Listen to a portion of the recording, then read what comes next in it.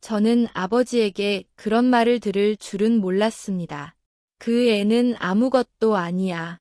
저런 실패작은 애초에 태어나지 말았어야 해. 아무도 듣고 있지 않다고 생각한 순간 아버지는 그렇게 말씀하셨습니다. 수년 동안 저는 부모님이 무상으로 살고 계신 12억 원짜리 집의 모든 담보대출금을 갚아왔습니다. 모든 걸 희생해가며 부모님을 떠받들어 왔던 저는 그날 단 한마디도 하지 않고 조용히 결정을 내렸습니다. 일주일 후 저는 집을 팔고 서울을 떠나 부산으로 향했습니다. 제게 했던 그 말들의 대가를 부모님 스스로 감당하게 두기로 한 것입니다. 제 이름은 강혜원, 31살입니다. 누구나 부러워할 만한 경력을 가진 여성이라고 생각했습니다. 매일 새벽 5시에 알람을 맞추고 일어나 분당에 있는 제 자가 아파트 지하 헬스장에서 땀을 흘렸습니다. 단백질 쉐이크로 아침을 대신하고 간단히 샤워를 마친 후 7시 15분이면 서울 강남에 있는 투자전략회사 본사로 향했습니다. 교통체증 속에서도 누구보다 빠르게 사무실에 도착하곤 했죠. 동료들은 저를 완벽주의자이자 이상적인 커리어 우먼으로 여겼습니다. 연세대학교 경영학과를 졸업하고 미국에서 MBA를 마친 후 귀국해 지금의 회사를 다닌 지 벌써 7년. 그동안 3번의 승진을 통해 임원 직전까지 올라왔고 제 상사 한윤서 상무님은 저를 개인적으로 멘토링해주며 아꼈습니다. 혜원 씨, 곧 이사회 보고도 맡길 거예요. 당신은 이 조직에 꼭 필요한 사람이에요. 그 말은 제 자존감을 지탱해주는 버팀목이었습니다. 하지만 그런 저에게는 아무도 모르는 삶의 이면이 있었습니다. 3년 전 분당에 제 이름으로 된 대출을 끼고 드디어 내 집을 마련했을 때만 해도 이 공간은 저만의 성역이자 꿈의 결정체였습니다. 언젠가 함께할 사람이 생긴다면 그때 같이 살면 좋겠다고 막연히 생각했을 뿐 부모님과 함께 살 계획은 단 한 번도 없었습니다. 그런데 입주 2달 만에 아버지 강병호 씨의 건설회사가 2번째로 부도를 맞으면서 상황은 완전히 바뀌었습니다. 잠깐만 도와줘. 혜원아. 다시 자리 잡을 때까지만. 어머니 윤미경 씨는 그렇게 말씀하셨고 저는 망설임 끝에 허락했습니다. 3년이 지난 지금까지도 그들은 여전히 그 집에 살고 있었습니다. 모든 비용, 그러니까 주택담보대출, 관리비, 전기세, 수도세, 식비는 물론이고 부모님의 휴대폰 요금과 차량 유지비까지 제가 부담하고 있었습니다.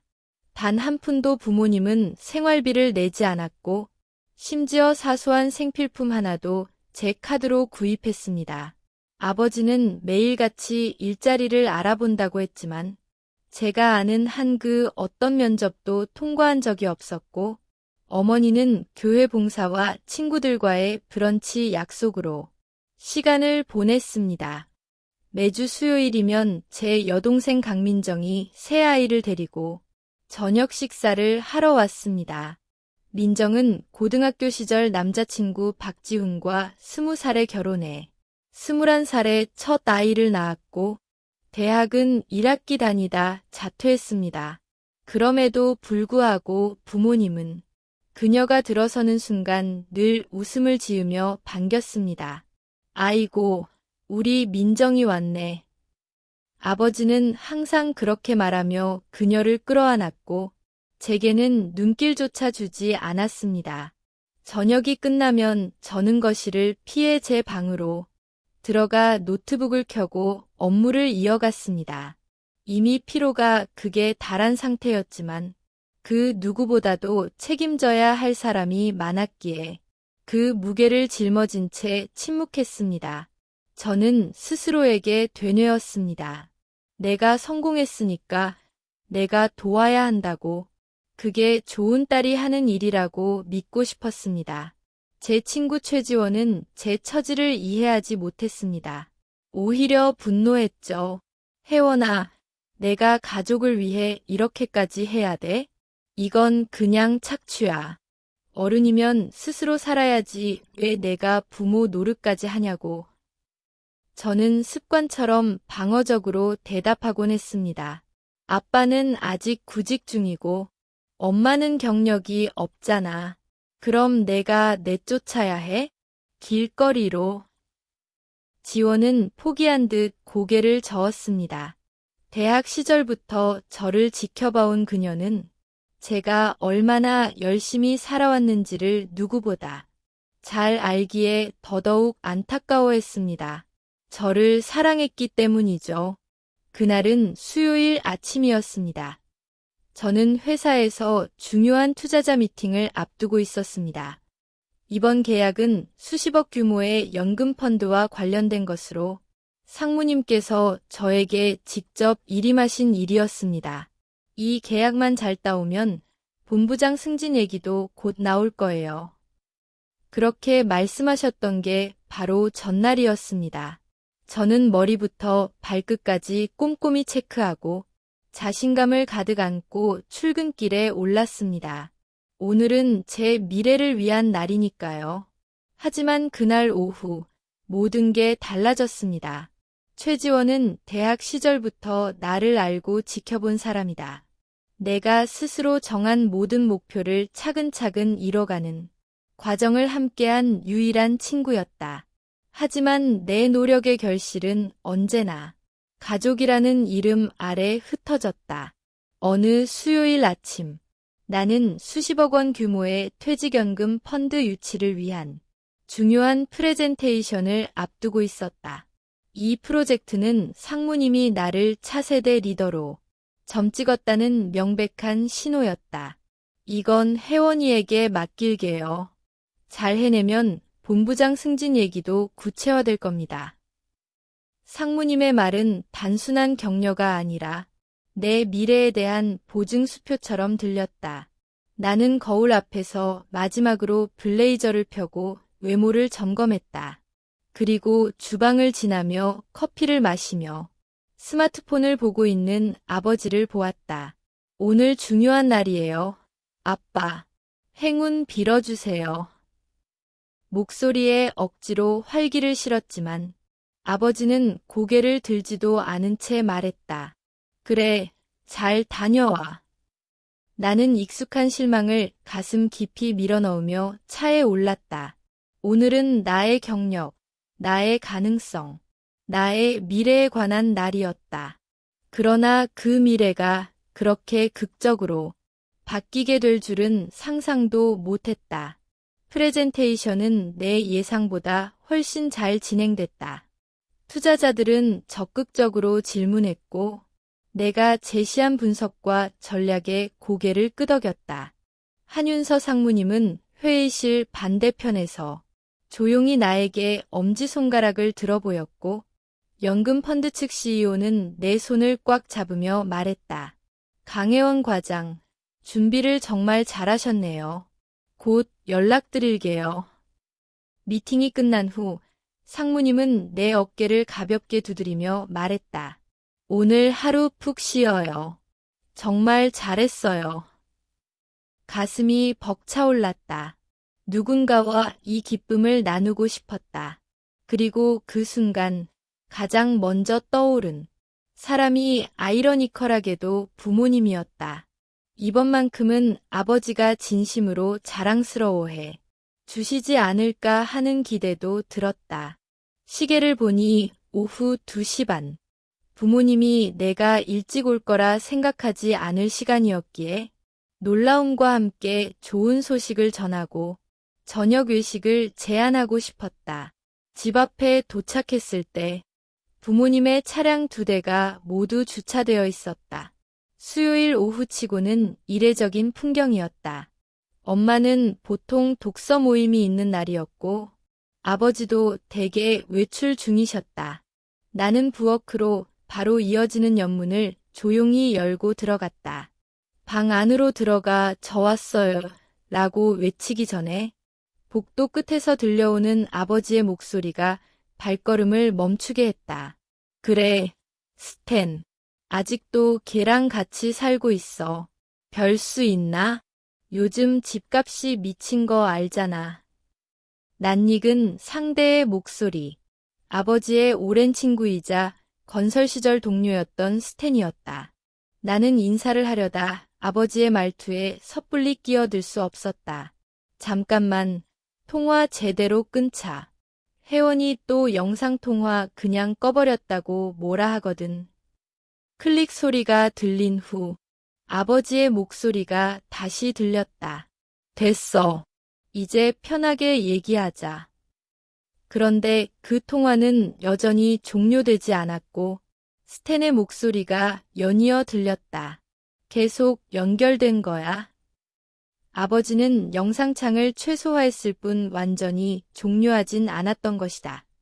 그리고 그 다음 들려온 말은 내 심장을 도려냈다. 걔는 아무것도 아니야. 스탠. 그냥 실패작이지. 태어나지 말았어야 했어. 나는 복도에 얼어붙었다. 앞으론 나아갈 수도 뒤로 물러설 수도 없었다. 아버지의 목소리는 계속되었다. 뭐 돈은 잘 벌지. 근데 그게 무슨 삶이야? 30이 넘도록 혼자 살고 일만 하는 인생이라니. 안쓰럽기도 하고 꼴도 보기 싫어. 우릴 도와주는 척하면서 마치 우리가 신세지는 사람처럼 굴어. 스탠은 뚱한 목소리로 말했다. 그래도 지붕 있는 데서 살 수 있잖아. 아버지는 헛웃음을 흘리며 말했다. 그래, 근데 자존심이 상한다고. 사람들이 나한테 요즘 뭐 하냐고 물으면 딸이 먹여 살린다 해야 돼? 그게 얼마나 창피한 일인데. 나는 몸을 숨기고 숨을 죽였다. 그동안 내 안에 쌓아두었던 감정들이 한꺼번에 무너지려 했다. 그 자리에서 무너질 수도 있었지만 나는 침묵했다. 눈물 대신 차가운 분노가 일었다. 나는 그 말을, 그 눈빛을, 그 진심을 절대 잊지 않을 것이다. 민정이는 어때요? 잘 지내고 있죠? 아버지의 목소리는 그 순간 놀랄 만큼 따뜻해졌고 말 한마디 한마디에 자부심이 뚝뚝 묻어났습니다. 이제야 진짜 내 인생의 성취를 보는 것 같아. 손주 셋에 안정된 결혼 생활. 혜원이는 뭐 대단한 학교를 나왔는지는 몰라도 진짜 중요한 건 그런 게 아니야. 가족, 사랑. 그런 게 있어야 사람이 사는 거지. 엄마의 목소리가 작게 이어졌습니다.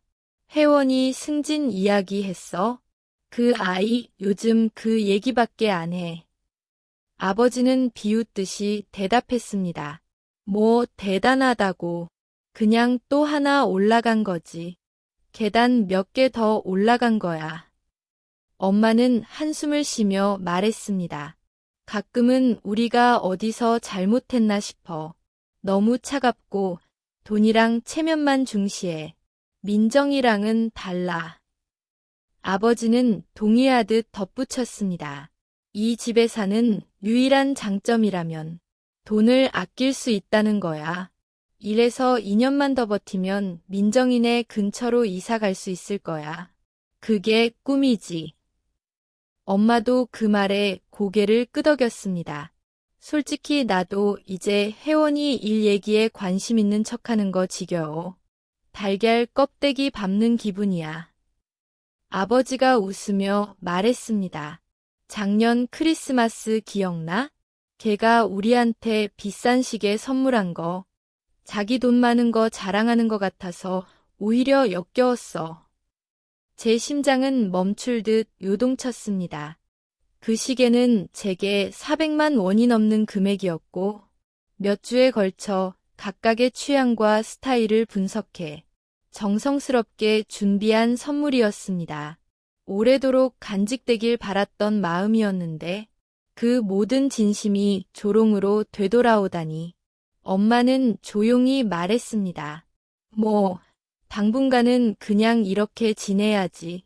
걔가 깨닫지 못하더라도 우리한테 훨씬 더 의지하고 있어. 우리가 없으면 걔는 아무것도 아니야. 결혼도 안 했지. 아이도 없지. 그 끔찍한 친구 최지원 말고는 누가 있겠어. 아버지가 거들었습니다. 지원이 그 욕실 공사 도와줄 시간에 괜히 여행 가자고 꼬드겼잖아. 이기적인 애야. 그 말에 나는 숨이 턱 막혔습니다. 카보 여행은 수년간 꿈꾸던 힐링 여행이었고 결국 부모님이 집 수리 도와달라고 해서 마지막에 취소했던 기억이 떠올랐습니다. 예약금은 날아갔고 나는 브러쉬를 들고 화장실을 페인트 칠하고 타일을 붙였습니다. 그 이후로도 대화는 계속 이어졌지만 나는 더는 들을 수 없었습니다. 가슴은 쿵쾅거리고 온몸에 열이 올랐습니다. 식은땀이 등을 타고 흐르며 위장까지 뒤틀리는 것 같았습니다. 조용히 뒤로 물러나면서 그날 힐을 신지 않고 플랫슈즈를 신은 것에 감사했습니다. 기적적으로 부모님께 들키지 않고 현관문을 빠져나와 차로 돌아왔고 운전석에 앉자 손이 덜덜 떨려 열쇠를 꽂는데도 한참이 걸렸습니다. 그들의 말이 내 머릿속에서 계속 맴돌았습니다. 실패자, 태어나지 말았어야 할 존재, 진짜 성취는 민정.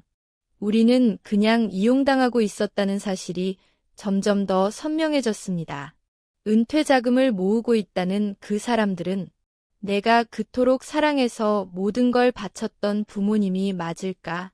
어떻게 조이의 집까지 운전해 갔는지 기억나지 않았습니다. 근육이 움직인 대로 운전대를 잡고 익숙한 길을 따라 자동적으로 도착했습니다. 머릿속에서는 지난 31년간의 기억이 전혀 다른 시선으로 재생되고 있었습니다. 내 성적표가 엄마의 무표정한 얼굴을 지나치던 장면, 민정이의 그림 숙제가 냉장고에 붙어있던 이유, 대학 졸업식 때 민정 아들이 감기에 걸렸다고 중간에 떠난 부모님, 돌려받지 못한 수많은 금전 지원, 그 모든 조각들이 하나의 퍼즐처럼 맞춰지기 시작했습니다. 조이의 아파트 앞에 도착했을 때 충격은 분노로 굳어져 있었습니다.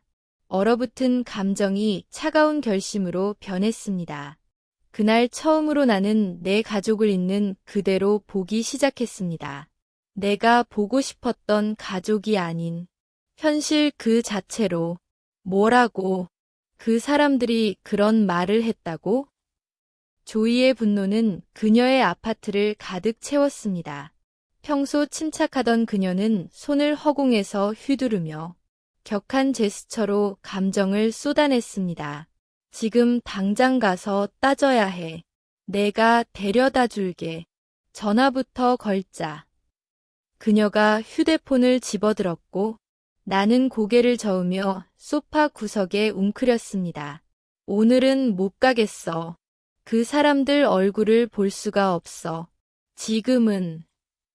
조이는 아무 말 없이 내 옆에 앉더니 떨리는 내 손을 그녀의 손으로 꽉 잡았습니다. 따뜻함과 침묵 속에서 나는 처음으로 혼자가 아니라는 안도감을 느꼈습니다. 조이의 말처럼 나는 필요한 순간에 그녀 곁에 있었다.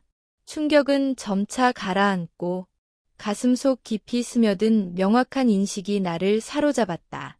아버지의 사업 실패로 인한 채무를 갚기 위해 내가 첫 연말 보너스였던 1,500만 원을 그대로 드렸을 때처럼 그 기억이 선명히 떠올랐다.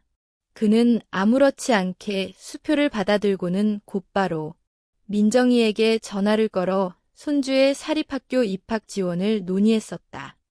혹은 수년간 준비했던 유럽 여행이 가족의 비상 상황이라는 이유로 3번이나 연기됐던 일. 첫 번째는 아버지의 무릎 수술 때문이었지만 그로부터 2주 후 그는 골프장에 있었다.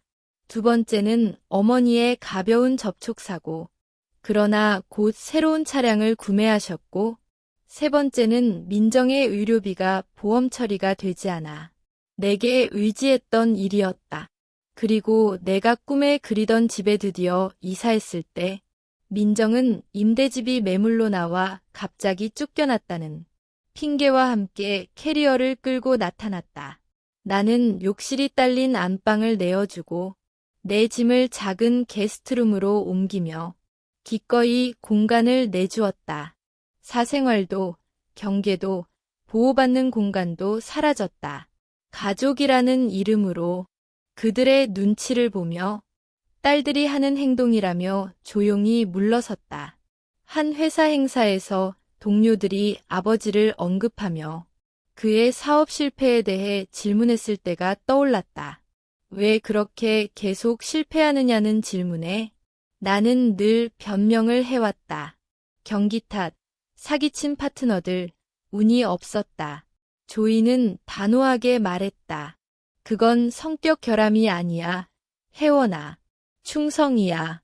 잘못된 대상에게. 그때 내 휴대폰이 울렸다. 오늘 프레젠테이션 최고였어요. 빅토리아 팀장님이 엄청 좋아하시더라고요. 몸은 좀 어때요? 필요한 거 있음 꼭 말해요. 회사 동료의 메시지였다. 아, 나는 원래 오늘 이 성공의 기쁨을 나누려고 일찍 귀가했었다. 이제 그 기억조차 흐릿했다. 모든 게 뒤바뀌었다. 나의 정체성은 늘 좋은 딸이라는 껍질 안에 존재해왔다. 책임감 있고 성실하고 성공한 딸. 그런데 그들은 나를 원한 적이 없었다. 그들은 민정이를 원했다. 일은 간신히 유지하고 남편의 가족 사업에 의존하며 살아가는 민정. 그렇게 살아야만 가족이 된다는 환상을 그들은 쥐고 있었다. 나는 늘 그 역할에 부족했다. 밤이 되자 나는 휴대폰으로 재산법을 검색하기 시작했다.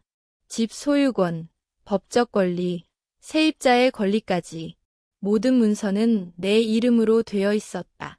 그들에겐 아무런 권한도 없었고 내가 나가라고 하면 머물 권리도 없었다.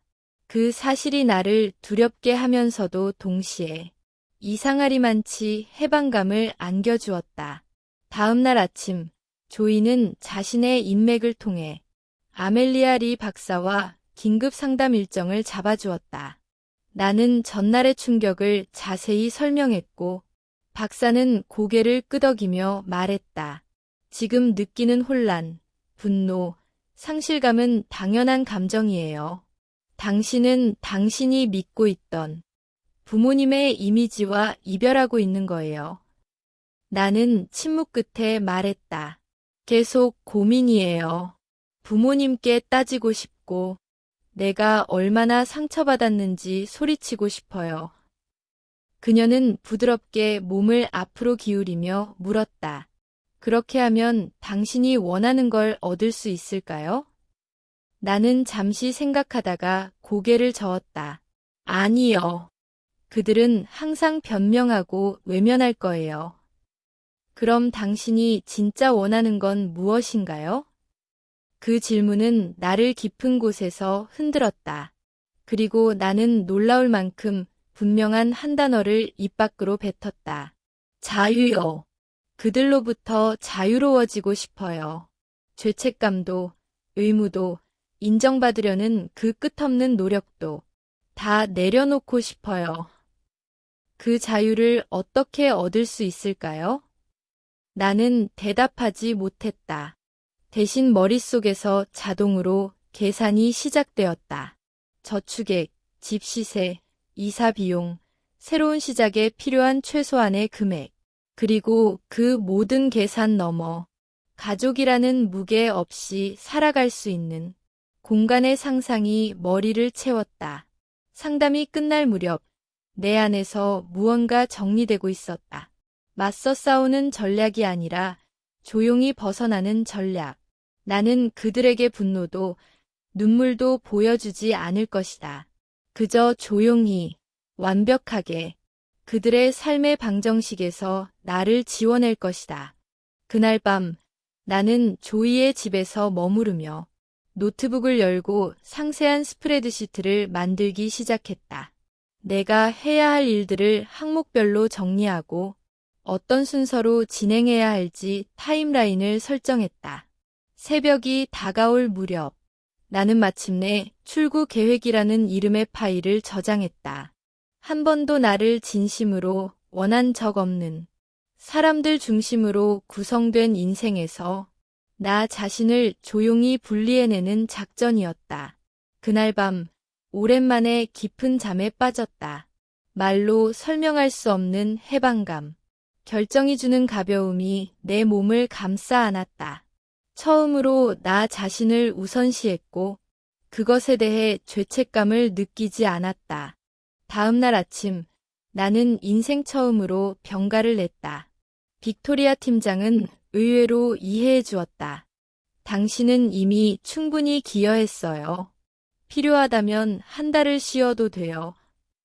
그녀의 말엔 걱정이 묻어 있었지만 나는 별일 아니라는 말로 안심시켰다. 입에 담는 거짓말이 낯설었지만 이상하게도 이번엔 쉬웠다. 아마도 나는 그들에게서 배운 것일지도 모른다. 첫 번째 전화는 내 재무고문인 트레버 마이클스였다. 수년간 함께 포트폴리오를 관리하며 쌓은 신뢰가 있었기에 감정은 최대한 배제하고 사실만 전달했다. 집을 매도하고 다른 주로 이주하려 해요. 일부 투자 자산을 현금화하고 싶어요. 세금 영향과 자금 확보 시점을 알고 싶습니다. 트레버는 내 계좌를 확인하며 말했다. 지금 위치는 아주 좋습니다. 현재 시장이 판매자에게 유리하고 귀하의 동네는 특히 인기가 많아요. 이전하실 지역은 어디죠? 나는 덴버라고 답했다.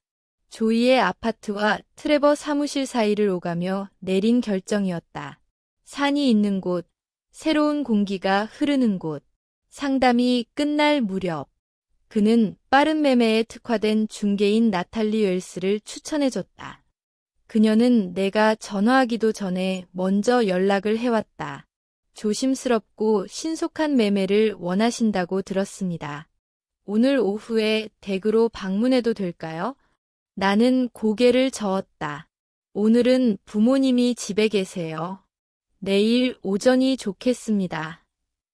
그녀는 고개를 끄덕이며 메모했다. 좋아요. 공동소유인가요? 아니요. 모든 소유권은 제 명의입니다. 그럼 훨씬 간단하겠네요. 곧바로 덴버의 부동산 중개인 멜리사 존슨에게도 연락했다. 나탈리의 추천으로 연결된. 그녀는 전문 인력이 신속히 새로운 거주지를 찾을 수 있도록 가상 투어 자료를 보내주겠다고 했다.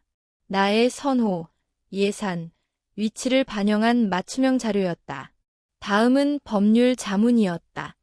한 회사 선배가 소개해준 변호사 패트리샤 알바레즈와 통화하면서 나는 이미 어렴풋이 알고 있었던 사실을 다시 확인받았다. 단독 명의시라면 누가 거주하든 상관없이 매매는 가능합니다.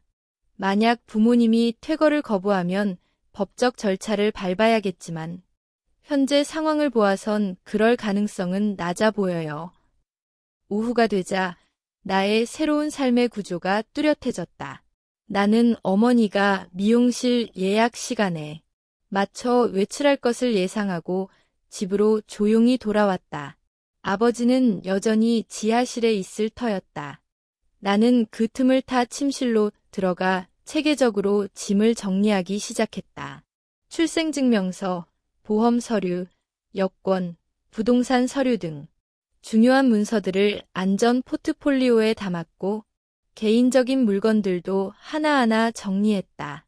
이 모든 움직임은 조용했고 계획적이었으며 무엇보다도 내 자유를 향한 첫 걸음이었다. 보석과 소중한 소지품은 다음 순서였다. 나는 그것들을 조이의 집으로 옮기기 쉬운 여행용 가방에 차곡차곡 포장했다. 옷장 깊은 곳에서 여러 번의 이사를 거치며 간직해온 상자 하나를 발견했다. 어린 시절 써두었던 자물쇠 달린 일기장, 학교 시상식에서 받은 상장, 그리고 몇 장의 사진이 들어있었다. 나는 12살 때 썼던 일기장을 열었다. 큰 글씨와 둥근 필체로 이렇게 쓰여 있었다. 오늘 아빠는 내 과학 전시회를 잊으셨다. 엄마는 일이 바쁘다고 하셨지만 집에 오니 아빠는 TV를 보고 있었다. 혜주는 수학 시험에서 A를 받아서 새 자전거를 받았다. 나도 A를 받았는데 아무도 관심을 주지 않았다. 페이지마다 자그마한 배신과 편애의 순간들이 무덤덤하게 기록되어 있었다. 불만이 아닌 그저 사실처럼 적힌 기록들이었다. 또 다른 상자에선 어릴 적 부모님을 위해 만들었던 수공예 선물들이 나왔다. 아빠의 책상용 점토 연필꽂이, 엄마를 위한 구슬 목걸이. 두 물건은 먼지가 켜켜이 쌓여 있었고 전시되지도 착용되지도 않은 채 방치되어 있었다. 그 상자를 조심스럽게 제자리로 돌려놓던 순간 전화벨이 울렸다. 혜주였다. 언니, 괜찮아? 엄마가 어젯밤에 집에 안 들어왔다고 걱정하시던데. 얼마나 솔직하게 말해야 할지 몰라 잠시 망설였다. 혜주와 나는 나이 차이도 크고 부모님의 명백한 편애로 인해 가까워질 수 없었다. 그녀는 잔인하진 않았지만 항상 주목을 받으며 자란 탓에 조금 자기중심적이었다. 결국 나는 조이와 며칠 함께 있을 거라고만 말했다. 공간이 좀 필요해서. 무슨 일 있어? 혜주는 곧장 묻더니 커피숍에서 만나자고 했다. 나는 모든 것을 말할 준비는 되지 않았지만 그녀가 어떤 반응을 보일지 확인하고 싶었다. 커피숍은 적당한 소음과 사람들이 있어 우리 대화를 감싸주기에 충분했다. 혜주는 금발을 느슨한 포니테일로 묶고 있었다. 예쁘고 친근한 외모였지만 나에겐 위로보단 약간의 경계심을 불러일으켰다. 무슨 일이야?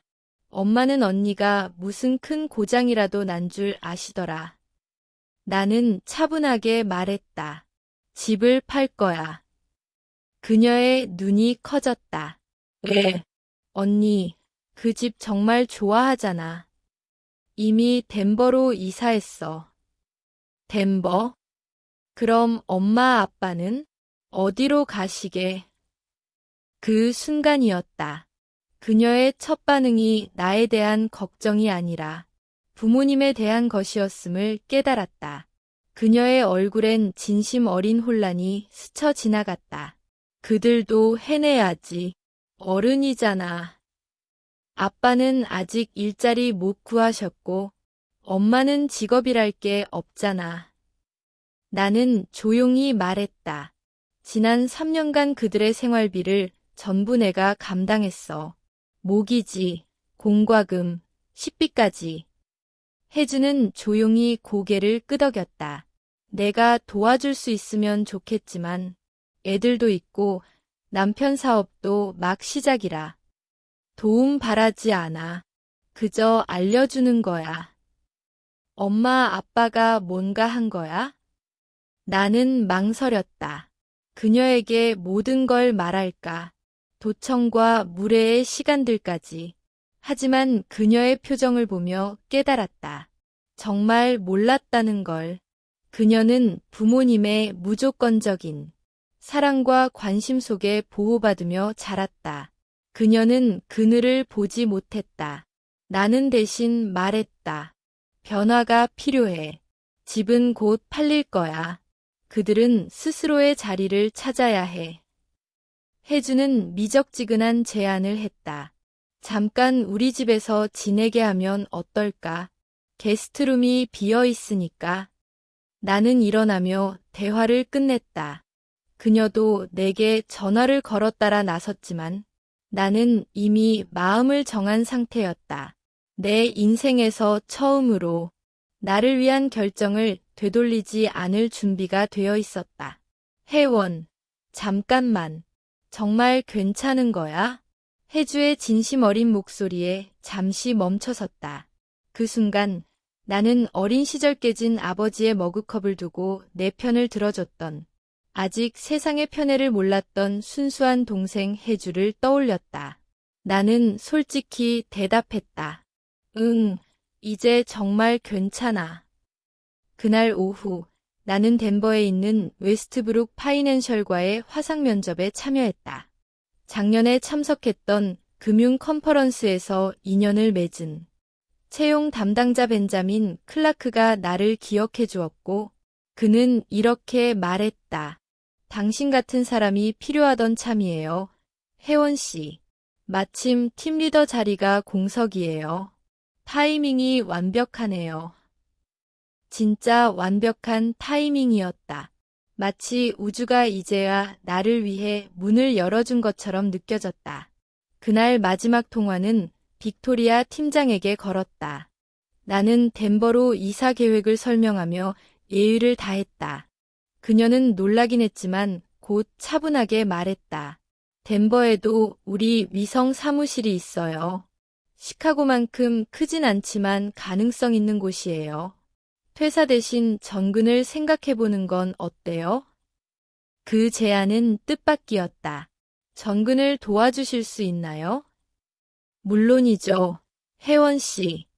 당신은 우리 부서의 최고 인재 중 하나예요. 월요일까지 결정 알려주세요. 통화를 마치며 나는 스스로 놀랐다. 수년 동안 부모님의 인정을 받기 위해 노력했던, 시간보다 단 하루 만에 더 많은 걸 성취했다는 사실에 아이러니했다. 그들의 인정을 버리기로 한순간 나는 진짜 내 인생을 찾기 시작했다.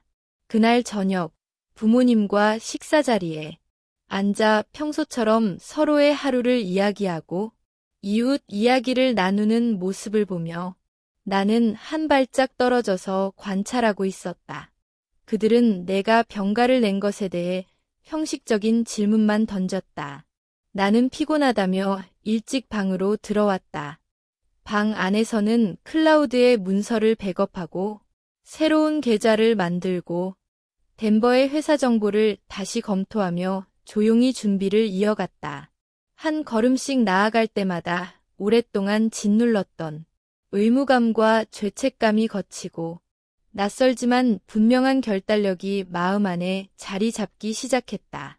인정받아야 한다는 집착 대신 이제는 나 스스로의 인생을 설계하고 있었다. 일주일 후 집은 공식적으로 매물로 나왔다. 나탈리는 부모님이 외출한 틈을 타집 안을 정리하고 전문가를 불러 인테리어를 무대처럼 꾸며 사진 촬영을 마쳤다. 리스팅은 목요일 저녁 시작되었고 집은 깔끔하고 고급스러운 주택으로 소개되었다.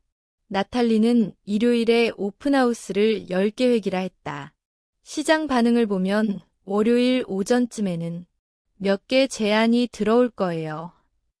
나는 고개를 끄덕이며 노트북으로 올라온 사진들을 스크롤했다.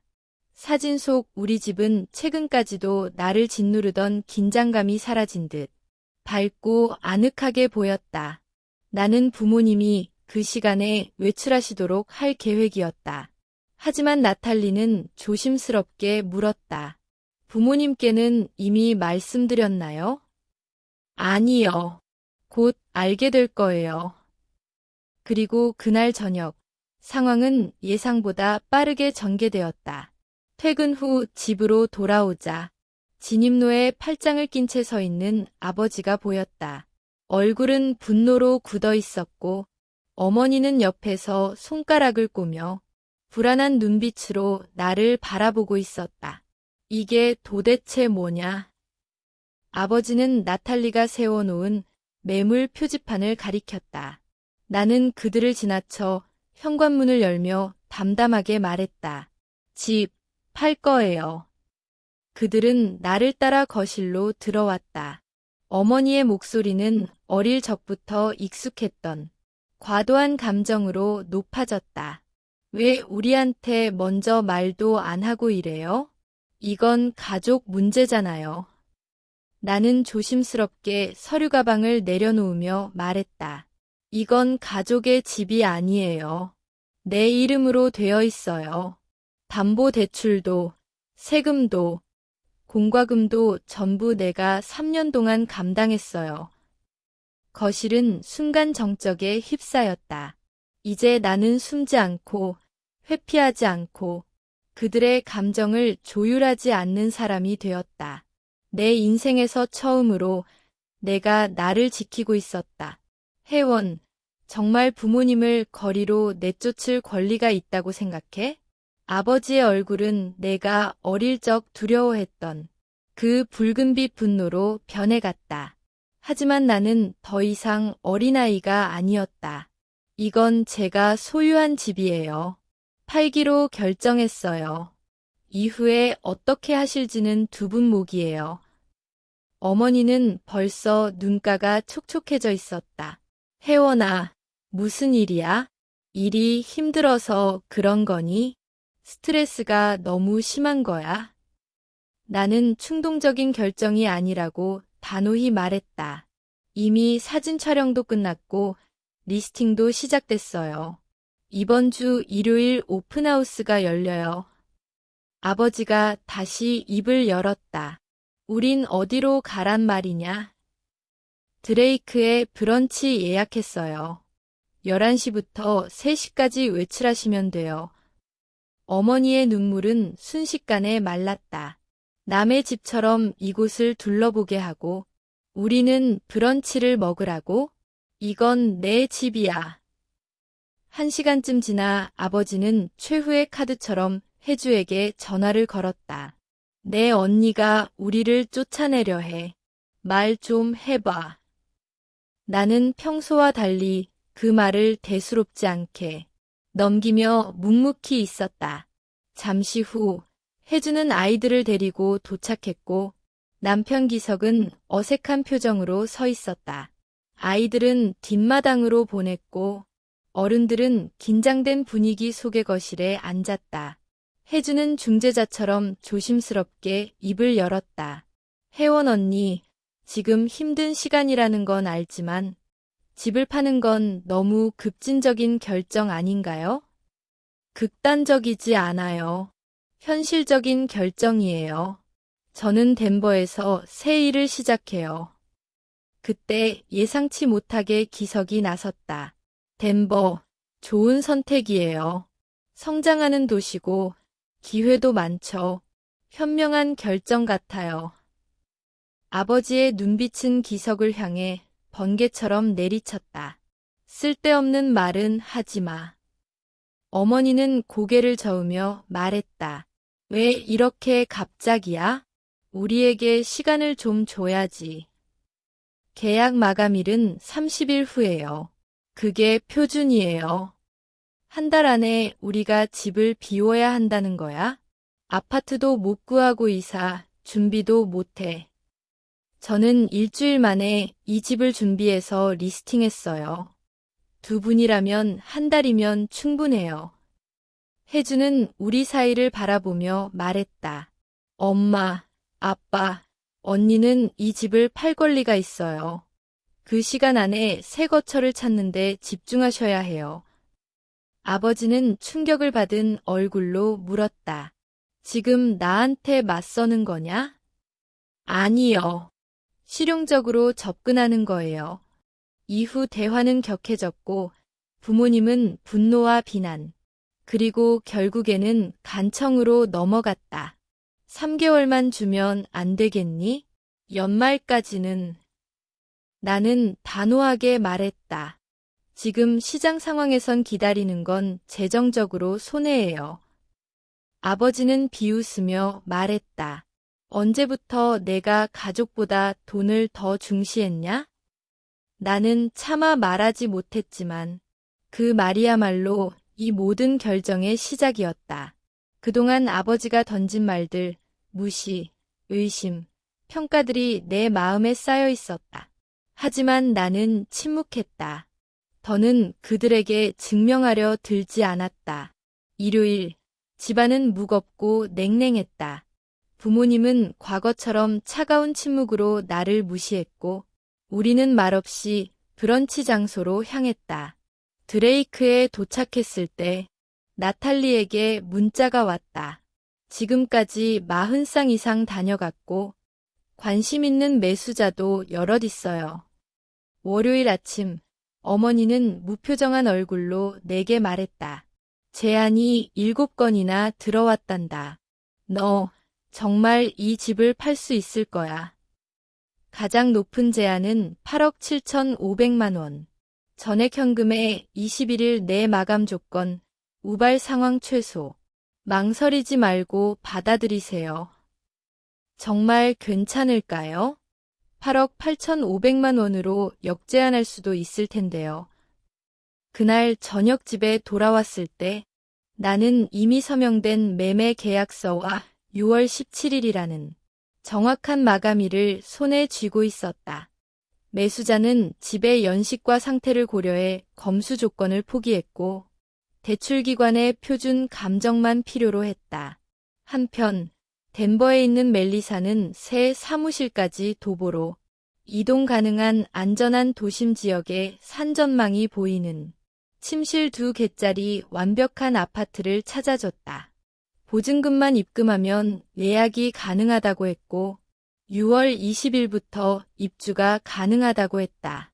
마감 후 사흘이 지나면 짐을 옮기기에 충분한 시간이었다. 다음 단계는 분류와 포장이었다. 나는 전문 정리 컨설턴트인 로라 베넷을 고용했다. 그녀는 내 침실에 서서 수년간 쌓인 내 소유물들을 바라보며 말했다. 이건 삶을 정리하는 거라고 생각하세요. 당신의 다음 장에 필요한 것만 남기세요. 우리는 물건들을 함께 보관, 기부, 폐기 3가지 카테고리로 나눴다. 옷장은 철저히 정리되었고 시카고에서 입던 포멀한 정장들은 덴버에 보다 캐주얼한 분위기에 맞춰 걸러졌다. 가구 중 아파트에 어울리지 않는 것들은 고급 리세일샵에 위탁했고 책은 일부 컬렉션을 제외하고 지역 도서관에 기증하기로 했다. 동료 다니엘은 주말에 커피와 함께 정리 작업을 돕겠다고 자청했다. 빅토리아는 처음엔 손을 뗐지만 사진 액자를 버블랩으로 포장하면서 결국 참여했다. 그녀는 계속해서 내가 떠나기 전에 마음이 바뀔 거라 말했다. 하지만 그럴 기회조차 없었다. 부모님은 내가 떠나기 직전까지 마치 진심으로 나를 자랑스러워하는 듯한 얼굴을 했다. 그게 진짜였을까? 아니면 단지 카메라 때문이었을까? 일을 하며 전 남자친구인 진우가 떠올랐다. 그는 나의 가족 구조를 결코 이해하지 못했다. 내가 전화를 받으면 모든 걸 내려놓고 집중했지만 그는 내게 말했다. 넌 부모 노릇을 하고 있는 거야. 그들이 너의 부모인데 말이지. 그땐 그가 너무 이기적이라고 생각했다. 지금은 혹시 그가 나보다 먼저 진실을 본 건 아닐까 싶었다. 이사 준비 2주차에 접어들 무렵 집은 절반 가까이 정리되었고 내 삶은 라벨링된 박스들로 구성된 단정한 구조를 띠고 있었다. 덴버에서의 새 직장 제안은 넉넉한 이사 지원금과 연봉 상승 조건이 포함되어 공식화됐다. 빅토리아는 마지못해 전근 서류를 처리했고 내가 떠나기 전까지 후임자를 훈련시키겠다고 약속했다. 부모님의 반응은 미적지근했다. 아버지는 매일 신문을 들춰보며 아파트 목록을 확인하는 척했지만 너무 비싸다, 너무 좁다라는 불평만 반복했다. 어머니는 가족 단톡방에서 혜주가 난색을 표했음에도 불구하고 혜주 집에 임시로 들어갔다는 말을 흘렸다. 이사 전 3일, 나는 집에 돌아와 거실에서 나를 기다리고 있는 부모님과 혜주를 마주쳤다. 거실 소파와 맞은편 의자의 배열만으로도 이게 일종의 개입이라는 걸 직감할 수 있었다. 이야기를 해야겠다. 아버지는 예전처럼 권위 있는 어조로 운을 뗐다. 이젠 도가 지나쳤어. 나는 가방을 내리며 서 있는 자세 그대로 말했다. 내일 이삿짐 센터가 와요. 마감은 3일 후고요. 이건 협상의 여지가 없어요. 혜원아, 잠깐만 앉자. 어머니는 마치 판사 앞에 피고인처럼 손으로 의자를 두드리며 말했다. 우린 내가 걱정돼서 그래.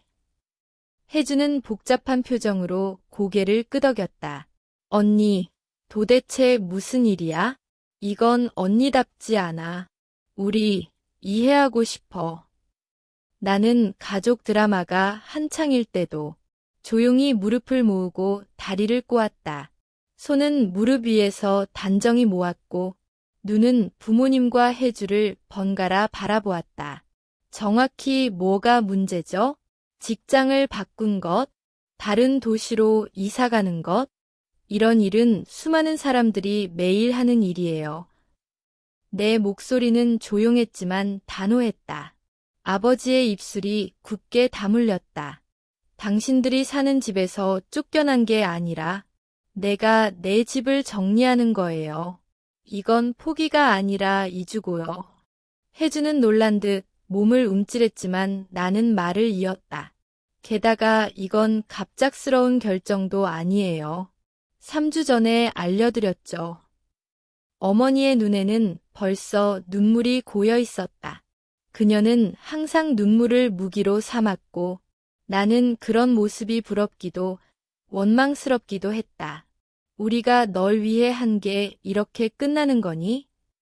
어머니의 떨리는 목소리에 나는 속으로 되물었다. 대체 그들이 나를 위해 한 일이 뭘까? 오히려 내가 얼마나 많은 걸 해왔는지 기억이나 할까? 엄마, 이제는 해결책을 찾는 게 더 중요해요. 혜주가 조심스레 끼어들었다. 혜원 언니는 이미 결정을 내렸어요. 하지만 아버지는 쉽게 물러설 생각이 없었다. 부모를 존경하는 딸이라면 이런 식으로 하진 않겠지. 이기적이고 배은망덕해. 실망이다. 혜원아, 늘 실망스러웠지만 이번엔 차원이 다르구나. 그 말에 내 숨이 멎는 듯했다. 그 단어, 실망. 스텔리가 내게 했던 말이 떠올랐다. 태어나지 말았어야 했다는 그 말. 내 속에서 차오르던 무언가가 터졌다. 실망이요? 그날 통화 끊는 걸 깜빡하셨더라고요. 다 들었어요. 내가 얼마나 한심한지, 얼마나 창피한 자식인지. 혜주가 아빠의 진짜 자랑이라는 얘기까지요. 아버지의 얼굴에서 핏기가 사라졌고 어머니는 숨조차 쉬지 못하는 듯 입을 벌린 채 멈춰 있었다. 맞아요. 혜주 집 근처로 이사가서 편하게 지내려고 했다는 것도 들었어요. 그동안 제가 드린 크리스마스 시계가 맛없다는 말도요. 아버지는 방어적으로 몸을 일으켰다. 그건 그냥 하소연이었어. 맥락에서 잘라 들으면 안 되지. 우린 내가 해준 모든 것에 감사하고 있어. 정말 그러세요? 그럼 이걸 보시죠. 나는 준비해둔 폴더를 꺼내 테이블 위에 펼쳤다. 여기 지난 3년간 두 분을 위해 지출한 내역이에요. 주택담보대출 상환 1억 440만 원 공과금 1,423만 6천 원 생활비 및 식료품 2,850만 원 자동차 보험, 통신비, 의료비 2,237만 5천 원 주택 수리 및 리모델링 3,190만 원. 나는 다음 페이지로 넘겼다. 아버지의 새 트럭 4,200만 원. 어머니의 임플란트 진료비 840만 원. 플로리다 가족 여행 경비 670만 원. 혜주 자녀 사립학교 등록금 지원 360만 원. 대학 학자금 계좌 지원 3천만 원. 혜주의 눈이 커졌다. 뭐라고요? 그건 제가 낼게요라고 했었잖아요. 나는 고개를 끄덕였다. 맞아. 내가 그렇게 말했지. 하지만 결국 내가 내게 됐어. 부모님이 날 설득했거든. 그게 가족의 의무라고. 혜주는 아무 말도 하지 못한 채 침묵했고 거실은 숨막히는 정적에 휩싸였다. 나는 더 이상 흔들리지 않았다. 나는 내 인생을 되찾고 있었고 그 순간은 나 자신에게 진실해질 수 있는 첫걸음이었다. 혜주의 얼굴에 떠오른 충격은 내가 의심했던 것을 확신하게 만들었다. 부모님은 자녀의 미래에 대한 재정적 기여와 내 성공에 대한 공로를 당연하게 여겼다. 아버지는 마지못해 이렇게 말했다. 가족이라면 그런 거야.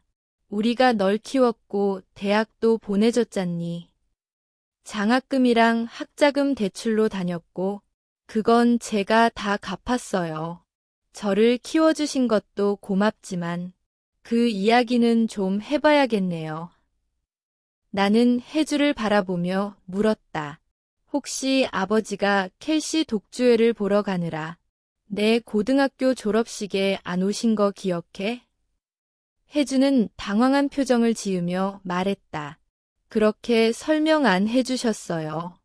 파산 때문에 창피해서 가지 말라고 하셨다고 들었어요. 물론 그렇게 말했겠지. 나는 고개를 저으며 말을 이었다. 수년간 무시당하고 억눌렸던 기억들이 퍼즐처럼 맞춰지기 시작했다. 우리 가족은 늘 두 딸을 똑같이 사랑했다고 말했지만 현실은 달랐다. 그럼 스텔리에게 혜주가 아빠의 진짜 자랑이라고 말한 건 왜죠? 혜주 무도회 드레스엔 내 기숙사 가구보다 더 많은 돈을 썼고 혜주 아이들 생일 파티엔 빠짐없이 가셨지만 내 생일은 3년 연속 잊으셨죠. 거실은 침묵에 잠겼고 아버지는 재정명세서에서 눈을 떼지 못했다. 어머니는 더 이상 눈물조차 보이지 않았고 대신 날 향한 미묘한 적대감이 느껴졌다. 나는 가방에서 서류를 모아 넣으며 조용히 말했다. 이젠 괜찮아요. 이건 돈 때문이 아니에요. 수십 년간의 감정적 조작과 편애, 그리고 내가 가족에게 단지 자원으로 이용당했다는 걸 깨달았기 때문이에요. 혜주가 조용히 나를 바라보았다. 그녀의 눈빛에는 이제서야 모든 퍼즐을 이해한 듯한 기색이 감돌았다. 널 탓하고 싶진 않아. 이런 관계를 만든 건 내가 아니니까. 아버지가 물었다. 3일 뒤에 우리는 어디로 가야 하니? 나는 단호히 대답했다. 그건 더 이상 제 문제가 아니에요. 저는 덴버의 웨스트브룩 파이낸셜에 합격했고 문서 마감 다음 날 출발할 거예요. 어머니는 격분에 소리쳤다. 우릴 이렇게 버릴 순 없어. 우리는 내 부모야. 나는 조용히 고개를 저었다. 부모라는 건 단지 생물학적인 관계를 넘어서는 거예요. 저한테 해주신 것보다 훨씬 더 많은 의미가 있어야죠. 나는 자리를 정리하며 마지막 말을 남겼다. 이제부터는 각자 알아서 하셔야 해요. 혜주도 조용히 일어나 내 곁에 섰다. 엄마, 아빠, 우리 집에 잠깐 계셔도 돼요. 게스트룸은 작지만 있을 수는 있어요. 어머니는 혜주를 끌어안았고 눈물이 다시 흐르기 시작했다.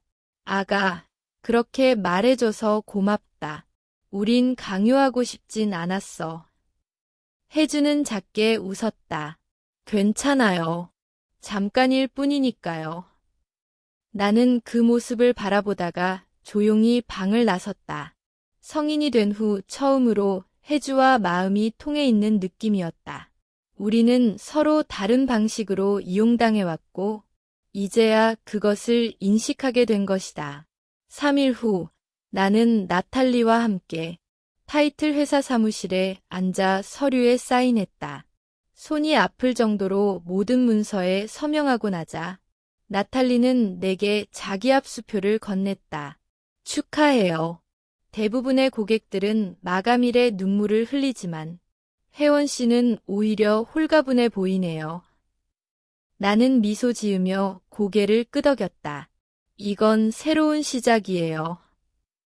부모님은 전날 마지못해 혜주의 집 게스트룸으로 이사를 가셨고 좋은 곳이 나올 때까지 임시로 머무시기로 했다. 그런데 그들은 내가 구입한 주방 가전, 거실 가구, 욕실 비품뿐만 아니라 내 개인 소지품들까지 상당수를 가져가셨다. 하지만 나는 더 이상 따지고 싶지 않았다. 물질적인 것보다 내가 떠나며 남긴 감정의 짐이 훨씬 더 무거웠기 때문이다. 계약 마감 후 나는 마지막으로 빈집으로 돌아왔다. 각 방마다 추억이 깃들어 있었고 부모님의 진짜 모습을 알게 된 후에도 여전히 좋은 기억도 남아 있었다. 수많은 식사를 준비했던 주방, 걱정이라는 이름으로 비난을 감췄던 식탁, 인생을 바꾼 통화를 엿들었던 작은 서재까지. 혜주가 도착했을 땐 내가 옛 침실 한가운데 서 있었다. 여기 있을 줄 알았어. 문가에 서서 그녀가 말했다. 아이들은 키스 엄마가 돌보고 있어. 마지막엔 도움이 되고 싶었어. 나는 고개를 끄덕이며 말했다. 이사팀이 어제 다 옮겼어. 지금은 텅 비었어. 그녀는 방 안으로 들어오며 조용히 말했다. 미안해, 혜원아. 모든 일에 대해, 그분들이 너에 대해 그렇게 느낀다는 걸 전혀 몰랐어. 알아. 이제는 그건 내 잘못이 아니야. 하지만 나는 그 속에서 손해를 받고 넌 그 안에서 이득을 받았던 거야. 평생 칭찬과 관심을 받으며 살아왔잖아. 의문을 제기할 이유도 없었지. 그게 일상이었으니까. 우리는 말없이 서 있었고 그 사이에는 수십 년간 축적된 공기가 가득 차 있었다. 우리 계속 연락할 수 있을까? 내가 덴버로 이사한 뒤에도 우리랑 아이들이랑 영상통화도 하고 중간 지점에서 만나는 것도 좋고. 나는 조용히 고개를 끄덕였다. 그래, 나도 좋을 것 같아. 우리는 함께 집 안을 돌며 마지막 문을 잠그고 블라인드를 내렸다. 현관 앞에서 나는 새 주인을 위해 준비해둔 여분의 열쇠를 그녀에게 건넸다. 덴버에서 조심히 지내, 혜원아. 혜주는 약간 어색하게 나를 안았다. 우리는 원래부터 스킨십이 많은 자매는 아니었다. 내가 더 조심히 지내. 부모님이랑 함께 있잖아. 밖에는 조이가 차를 대고 기다리고 있었다. 우리는 이 도로 여행을 일종의 의식처럼 계획했었다. 과거를 정리하고 새로운 삶으로 나아가는 정화의 여정으로. 내가 조수석에 타자 조이가 물었다. 준비됐어? 도로 위를 달리며 우리는 플레이리스트에 맞춰 노래하고 가끔 기이한 도로 명소에 들러 웃으며 대화했고 또 침묵 속의 생각에 잠기기도 했다. 마일 하나하나 지날수록 마음이 가벼워졌고 새로운 가능성이 가슴에 차올랐다. 덴버는 푸른 하늘과 멋진 산 풍경으로 나를 맞이했다. 멜리사가 말했던 새 아파트는 기대 이상이었다. 넓고 현대적이면서도 바닥부터 천장까지 난 창문이 로키 산맥을 감싸 안고 있었다. 보관해온 가구들도 꼭 맞았고 부족한 물건은 빠르게 채울 수 있었다. 그날 밤 조이는 샴페인 한 병을 따며 말했다. 정말 멋진 곳이야. 완전히 새롭게 시작할 수 있어. 나는 그녀의 잔에 잔을 부딪히며 대답했다. 자유를 위해. 조이는 일주일을 함께 머물며 내가 자리를 잡는 걸 도와주었다. 그녀가 떠나는 날은 조금 쓸쓸했지만 이젠 외로움에 매달릴 필요도 없었다. 월요일부터 나는 웨스트브룩 파이낸셜에서 새로운 직장 생활을 시작했다. 팀은 따뜻하게 나를 맞아주었고 업무도 내가 가진 역량을 발휘하기에 충분히 도전적이었다. 상사인 모니카 에반스는 결과 중심의 리더였고 시카고에서의 형식적인 분위기와는 전혀 달랐다. 한 달쯤 지나자 새로운 루틴이 생겼다. 아침마다 근처 공원을 산책하고 주말엔 산 기슭을 하이킹하며 저녁엔 책을 읽거나 새로운 카페를 탐험했다. 내 삶은 마침내 내 것이 되어가고 있었다.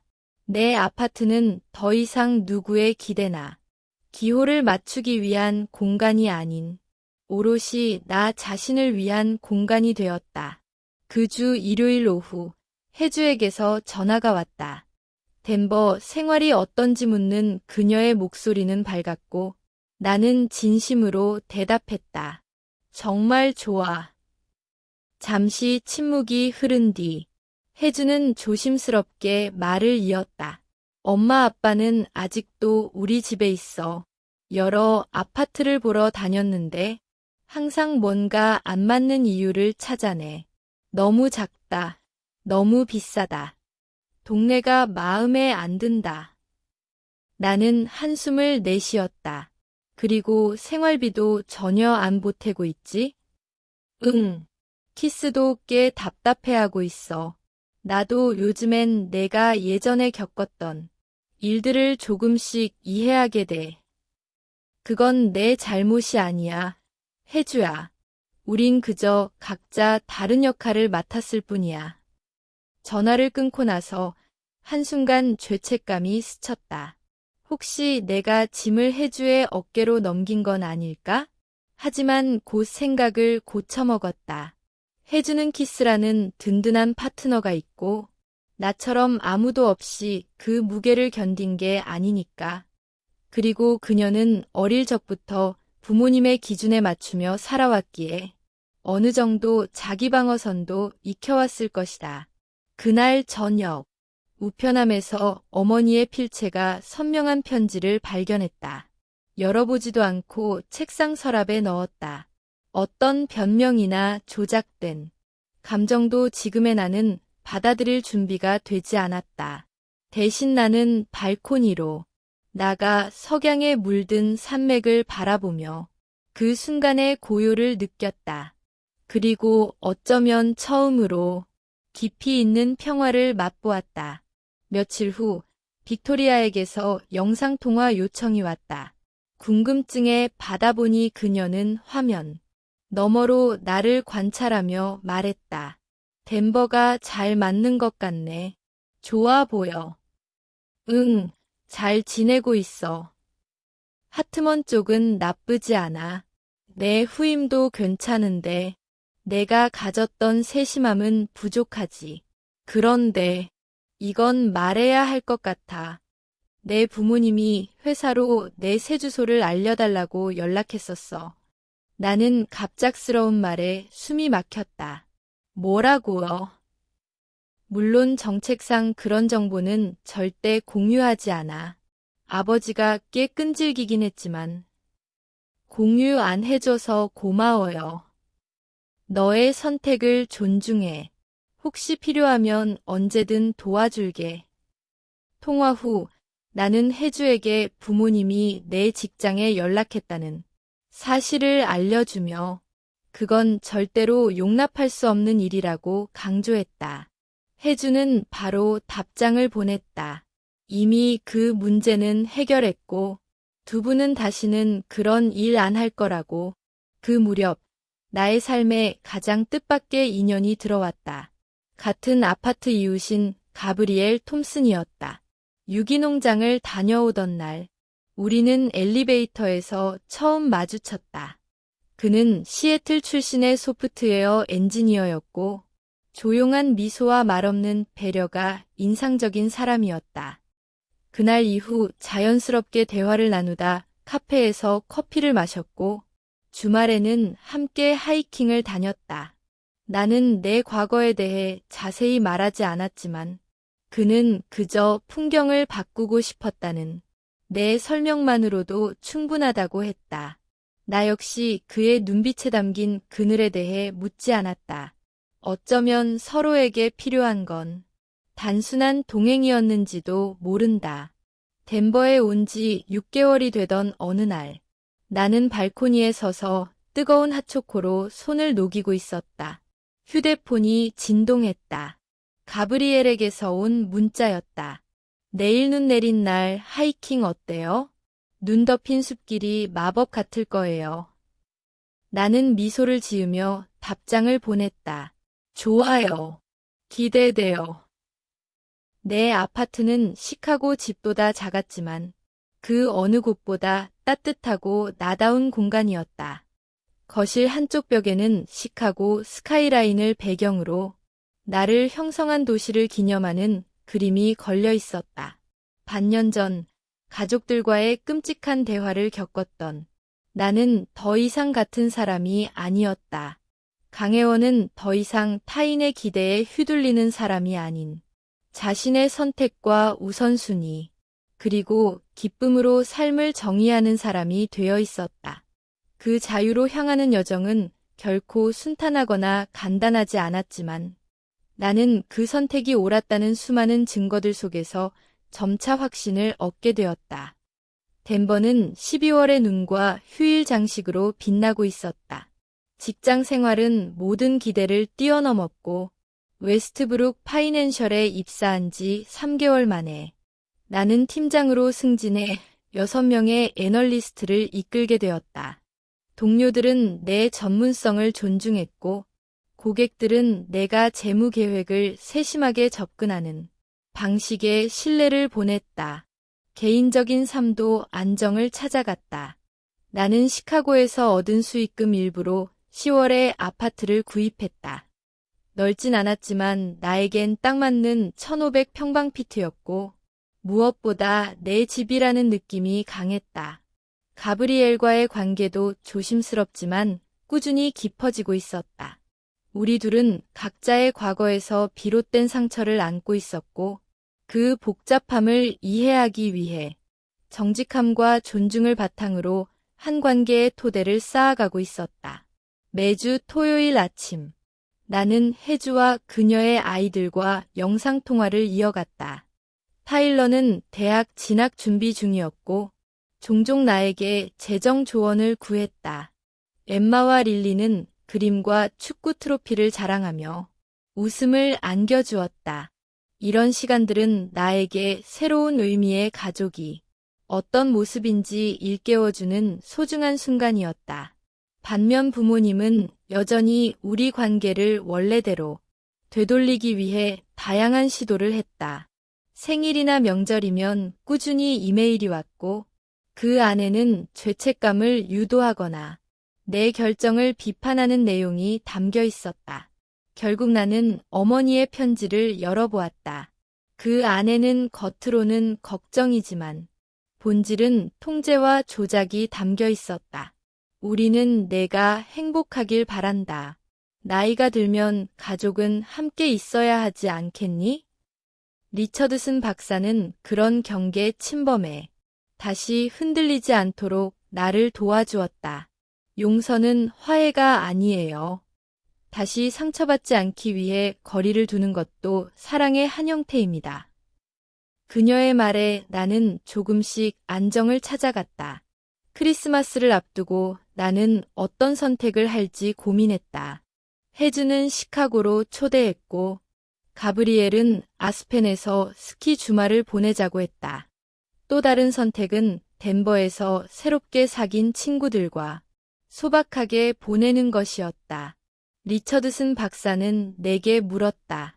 당신의 직감은 뭐라고 하나요? 나는 대답했다. 아직 부모님을 마주할 준비가 안 됐어요. 그냥 평범하게 보내고 싶어요. 그래서 나는 세 번째 선택을 골랐다. 내 아파트를 소박하지만 정성스럽게 꾸몄다. 구석엔 작은 트리, 발코니에는 조명이 반짝였고 지역 워크숍에서 만든 수제 화환이 따뜻한 분위기를 더했다. 누구의 기대도 아닌 오롯이 나만의 방식으로 보내는 첫 번째 크리스마스였다. 크리스마스 이브. 나는 남편과 함께 일하는 가브리엘, 직장 상사인 모니카를 포함해 총 8명을 저녁 식사에 초대했다. 모임 전날 초인종이 울렸고 택배기사가 해주에게서 온 상자를 전달해 주었다. 상자 안에는 아이들이 손수 만든 장식품과 손편지가 들어있었다. 보고 싶지만 이해해. 너만의 전통을 만드는 것도 중요하니까. 사랑해, 언니.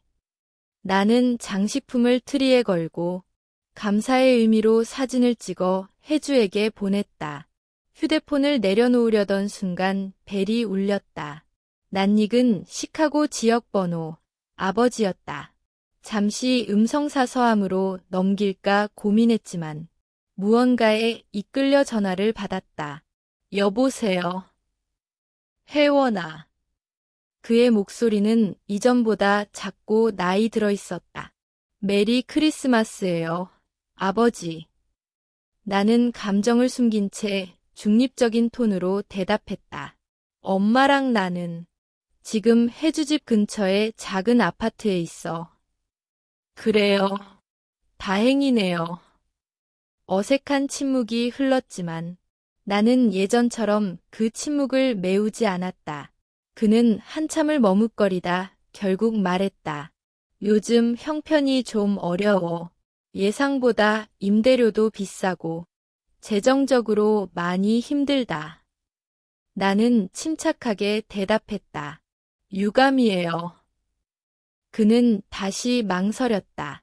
그의 목소리엔 자존심과 현실 사이의 갈등이 묻어났다.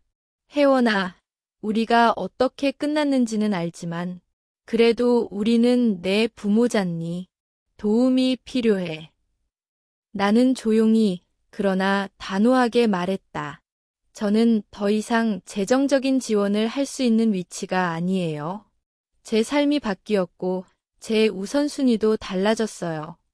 그는 바로 반박했다. 하지만 가족은 서로 돕는 거잖아. 맞아요. 다양한 방식으로요. 연락은 계속할 수 있어요. 상호 존중을 기반으로 관계를 다시 쌓는 건 환영이에요. 하지만 돈 문제는 이제 선택지가 아니에요. 긴 침묵이 이어졌고 그 침묵은 그의 진심이 무엇인지 말해주는 듯했다. 그가 억눌린 분노를 억지로 누르며 말했다. 그럼 메리 크리스마스. 메리 크리스마스, 아버지. 나는 통화를 끊었다. 발코니에 나가 눈 내리는 덴버의 밤을 바라보며 한숨을 내쉬었다.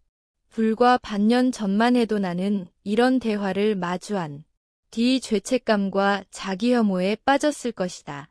하지만 지금은 단단한 확신만이 남아 있었다. 그 통화는 나에게 있어 큰 전환점이었다. 나를 위한 선택을 처음으로 내가 온전히 책임졌고 그것이야말로 내가 진정 자유로워졌다는 증거였다. 가브리엘은 일찍 도착해 주방 일을 도와주었고 우리는 편안한 분위기 속에서 준비를 마쳤다. 나는 조심스럽게 그와 대화를 나누었다. 아버지가 또 연락하셨어요. 이번엔 직접적으로 돈을 부탁하시더라고요. 그는 오븐 속 로스트를 확인하면서 고개를 끄덕였다. 적어도 이번엔 솔직하셨네요. 그리고 괜찮아요? 그렇게 경계를 세운다는 게? 나는 잠시 생각하다가 대답했다. 네. 어른이 된 이후 처음으로 저 자신을 기준 삼아 결정한 것 같아요.